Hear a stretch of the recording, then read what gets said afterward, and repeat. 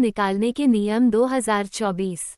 भविष्य में किसी प्रकार की आवश्यकता के लिए नौकरी करने वाले कर्मचारियों को उनके विभाग कंपनी द्वारा पीएफ प्रदान किया जाता है।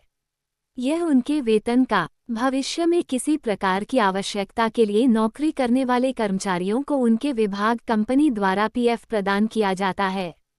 यह उनके वेतन का ही कुछ भाग होता है जो भविष्य के लिए जमा की जाने वाली निधि होता है।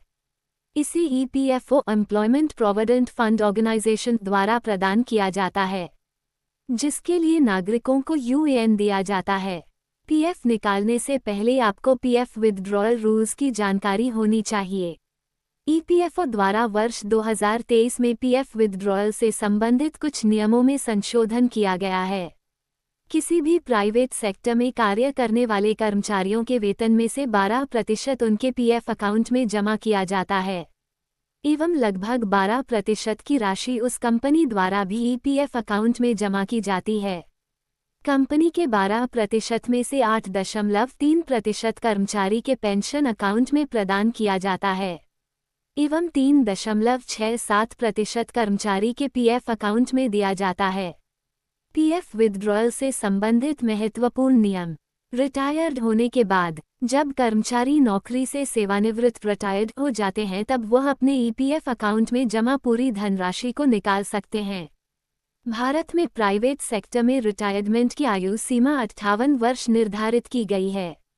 54 वर्ष की आयु पूरी करने पर जब कर्मचारी 54 वर्ष की आयु पूरी कर लेते हैं तब वे अपने ईपीएफ अकाउंट में से 90% तक राशि निकाल सकते हैं। ऐसा करने के कर्मचारी को किसी प्रकार के कारण के स्पष्टीकरण की आवश्यकता नहीं होती है। बेरोजगारी की स्थिति में नौकरी छूटने पर जब कोई कर्मचारी किन्हीं कारणों से नौकरी नहीं करता है तो ऐसी स्थिति में वह 1 महीने बेरोजगार रहने पर पीएफ का 75% विथड्रॉयल कर सकता है। बचे हुए 25% को नई नौकरी मिलने पर उसके ईपीएफ अकाउंट में ट्रांसफर कर दिया जाता है। और यदि नागरिक 2 महीने तक के लिए बेरोजगार रहता है तो वह पूरी ईपीएफ राशि को निकाल सकता है। आपातकालीन चिकित्सा के लिए मेडिकल इमरजेंसी के लिए कर्मचारी को ईपीएफ निकालने के लिए किसी प्रकार की लिमिट नहीं होती है, वह अपनी आवश्यकता के अनुसार ईपीएफ निकाल सकता है।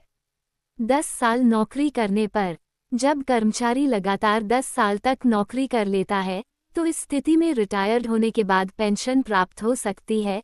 इस प्रकार के ईपीएफ पेंशन के दौरान नागरिक नौकरी छूटने पर भी उसे निकाल नहीं सकता है। पेंशन की राशि आपके ईपीएफ अकाउंट में जमा की गई राशि पर निर्भर करती है।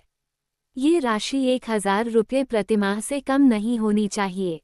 10 साल से पहले यदि कर्मचारी नौकरी छोड़ दे तो ऐसे में वही ईपीएफ निकाल सकता है। दूसरी कंपनी में नौकरी करने पर वह पेंशन सर्टिफिकेट जमा कर अपनी पेंशन के लिए ईपीएफ को जारी रख सकता है।